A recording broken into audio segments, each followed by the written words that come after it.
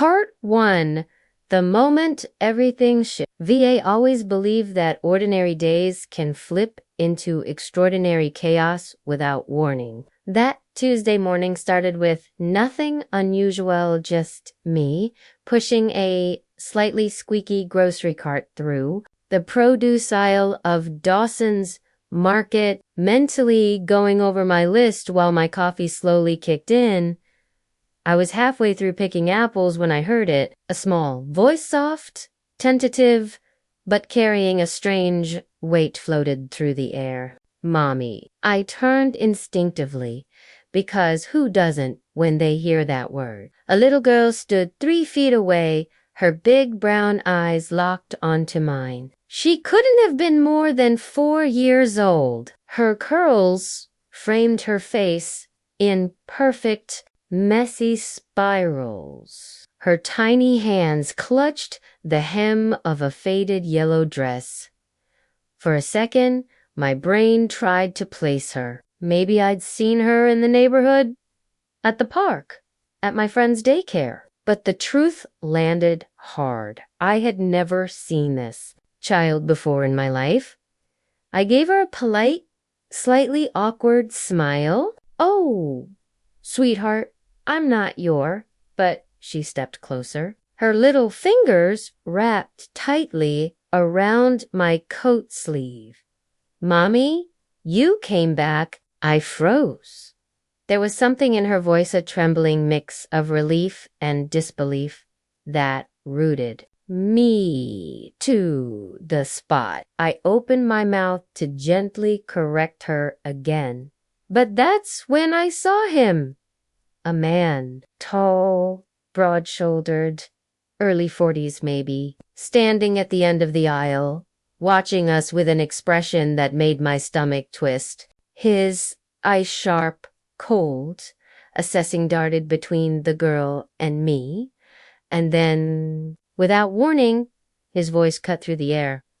"Let her go." My brain stuttered. "Excuse me." He started walking toward us, his strides long and deliberate. People nearby began glancing over, sensing tension. "That's my daughter," he said, his tone clipped and dangerous. "And you're coming with me to security? Now?" Part 2. The accusation of my heart pounded, adrenaline surging as the man closed the distance. The little girl clung to my sleeve like I was her lifeline, her tiny face pressed against me. "I don't know this little girl," I stammered, my voice shaky but firm. "She must be confused. Maybe she's lost or—" "No excuses," he barked, grabbing my arm. "You're taking my daughter? Step aside, now." The words hit me like a punch. People around us began whispering, glancing nervously. Phones emerging from pockets. The grocery store felt suddenly claustrophobic. Every eye in the produce aisle seemed to pierce through me. "Sir, she's scared." I tried again, hoping to reason with him. "I think she's lost. Maybe she wandered away from her mom. Look, see. She's crying." The girl's lower lip quivered as she clung tighter to me. Her little voice trembled. "Mommy? Don't let him take me." My stomach sank. She thought I was her mother. And now the man's grip tightened. His eyes filled with raw anger and panic. "Security!" he yelled, his voice cutting through the ambient chatter. "She's kidnapping my daughter." Instantly, a small crowd began to form. Someone pulled out a phone, filming. Others whispered, murmuring assumptions. I shook my head, trying to free myself gently. "No, you're mistaken. I'm not her mother." But the little girl, her trust and desperation made me freeze again. I couldn't just release her to a stranger if something was wrong. Something in the way she clutched me told me this was More than a simple mix dash up. The man's face twisted. Stop lying. You're taking her. Security. Within seconds, 2 uniformed store employees appeared. Drawn by the shouting, they moved between us, asking calm but firm questions. Ma'am, sir, what's happening? One asked, trying to assess the situation. I swallowed hard, gesturing to the girl. He says, I'm kidnapping her, but I don't know her. She called me mommy. Yes, but I've never seen her before in my life. The man's voice grew louder, nearly hysterical. She's my daughter. I left her for 2 minutes while I grabbed bread, and this stranger took her. The crowd started murmuring, and I felt my chest tighten. Panic clawed at my throat. I knew if I didn't prove who I was and protect this little girl, things could escalate fast. The girl looked up at me with wide, terrified eyes, whispering, Mommy, please don't leave me. Her innocence pinned me in place. I couldn't just step back. My instincts took over. Sir, I said, raising my hand slightly to show I meant no harm. Please, just stay calm. Let's get this sorted with security. No one's going anywhere. The man's face was pale, his jaw tight, but he hesitated. That moment gave me a chance. One of the employees pulled out a store walkie-talkie. We need the manager and police here immediately. Potential child abduction claim in aisle 3. As we waited, I crouched slightly, speaking softly to the girl. Hey, it's okay. I'm not going to let anyone hurt you. We'll figure this out, okay? She nodded, tears rolling down her cheeks. Her small hand gripped mine like a lifeline. The tension in the store thickened, every second stretching unbearably long. Part 3, the arrival of help. The shrill sound of a store intercom broke the growing tension. Security and police, please respond to aisle 3 immediately. Within moments, the manager arrived, followed by 2 uniformed officers. The crowd stepped back, giving space, their whispers buzzing like electricity around us. The officers quickly assessed the scene. One turned to the man who was still holding himself rigid, anger and fear warring across his face. Sir, ma'am, the officer said, calm but firm. Let's take this one step at a time. Tell me exactly what happened. The man blurted out a rushed story, pointing at me. This woman, she grabbed my daughter. She's trying to kidnap her. I shook my head, my own voice firm but steady. No, I've never met this little girl in my life. She called me mommy, yes, but that's why I stopped and tried to comfort her. I never took her anywhere. The girl's little body trembled against my leg, hiding her face against me. I could feel the officer's gaze shift between us, clearly trying to read the situation.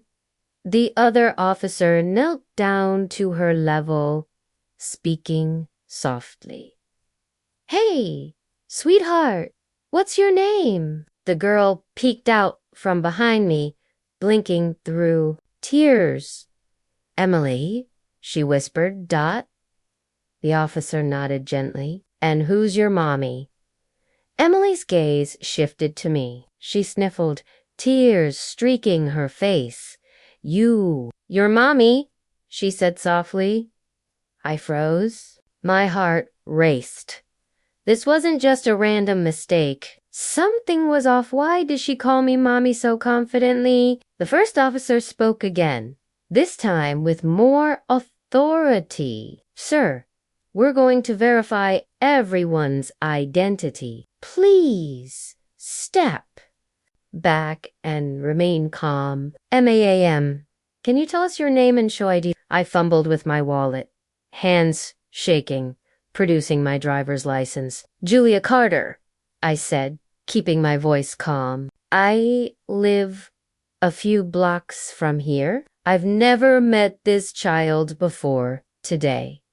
The man's face tightened, panic returning. He rummaged through his own bag and handed the officers a photo ID and a cell phone. See? He said, almost pleading. This is my daughter. The officers examined the ID and cross-checked it with the child's name. The tension in the aisle was palpable, every bystander holding their breath, waiting for the verdict of reality. Then came the first twist. One of the officers called out, "Sir, this child's school and daycare records indicate her mother's name is Julia Carter." The words hit me like a lightning bolt. My heart stopped. "What?" I whispered, my voice trembling. Emily's small hand squeezed mine tighter. "Your mommy?" she said again, looking up with trusting eyes. The man's face drained of color. "No, that's impossible. She couldn't be." I blinked, struggling to understand. My mind raced back memories of a brief, long-forgotten foster placement I'd had years ago. A child I had never legally adopted but had cared for, until circumstances had pulled us apart. The officers exchanged glances, piecing it together. "Ma'am, it appears that this little girl may have been in your care previously under temporary guardianship." Emily tugged on my sleeve, whispering, "You left me, Mommy." I waited. Tears stung my eyes. I knelt down, hugging her gently. "Oh, sweet Emily, I didn't leave you. I never wanted to. I thought you were safe with them. I didn't know." The man, clearly a foster guardian who had recently taken custody, had mistaken my return in public as abduction. Miscommunication, bureaucracy, and a child's longing had created a perfect storm. The officers calmed the man down, explaining the situation while Emily clung to me. Relief mixed with shock coursed through my veins. Asterisk, Part 4, Reunion and Resolution. Tension in the grocery store slowly dissolved as the officers guided the man aside to clarify the situation. He was still visibly shaken. Apologizing repeatedly to me and explaining the custody arrangements, Emily clung to me as though she'd never let go. Her small fingers wrapped around mine, and I held her gently, stroking her hair. "It's okay, baby," I whispered. "I'm here. I've got you now." The officers checked the paperwork again and confirmed that while the man had temporary custody, Emily's records did indeed list me as her legal guardian during a previous arrangement effect that had been lost in the shuffle of foster placements and guardianship transitions. Miscommunication and bureaucracy had made it appear as though I was abducting her, but now everything was clear. The man exhaled shakily, stepping back. I'm so sorry," he said. "I didn't realize. I panicked." "It's all right," I replied, my voice trembling but steady. "You were trying to protect her. I understand." Emily looked up at me with wide, tear-filled eyes. "I thought I lost you, Mommy?" My heart ached. I pulled her into my arms fully, hugging her tightly. "You never lost me, baby. I'm right here, I promise." The store manager, who had been watching silently, nodded approvingly. "It seems like everything's been cleared up. I'm so glad this child is safe." People in the store began murmuring and stepping back, some offering sympathetic smiles, others shaking their heads in disbelief at the dramatic scene they had witnessed. Emily giggled softly, the tension breaking slightly as she nestled against me. The officers handed me their business cards. If there are any more questions or complications, don't hesitate to contact us, one said. We're just glad it's resolved. Once they left, Emily and I walked slowly through the aisles, holding hands. I bought her favorite snack, strawberries, small chocolate bars, and a plush toy she picked out herself. As we checked out, I noticed people glancing at us, some with smiles, others still whispering about the morning's chaos. I glanced down at Emily, her small face radiant with trust and relief. You're safe now, sweetheart, I said softly. No one's taking you away. She looked up at me, her lips curving into a small, genuine smile. I missed you, Mommy. Tears pricked my eyes again, but this time they were tears of relief, joy, and a strange kind of wonder. This little girl who had called me Mommy in a crowded grocery store, setting off a public panic, was still mine. She had waited for me, and I had returned. That evening, as we settled at home, I held Emily close and reflected on the day. What had started as a terrifying accusation had become something profoundly affirming. The bond between us, though interrupted, had never truly broken. I made a quiet promise to myself that night. I would never let bureaucracy, miscommunication, or fear come between us again. I would fight for her, protect her, and love her unconditionally. As Emily drifted off to sleep in my arms, I whispered, I'm never letting go, baby. Never again. And for the first time in months, maybe even years, I felt a deep, unshakable sense of peace,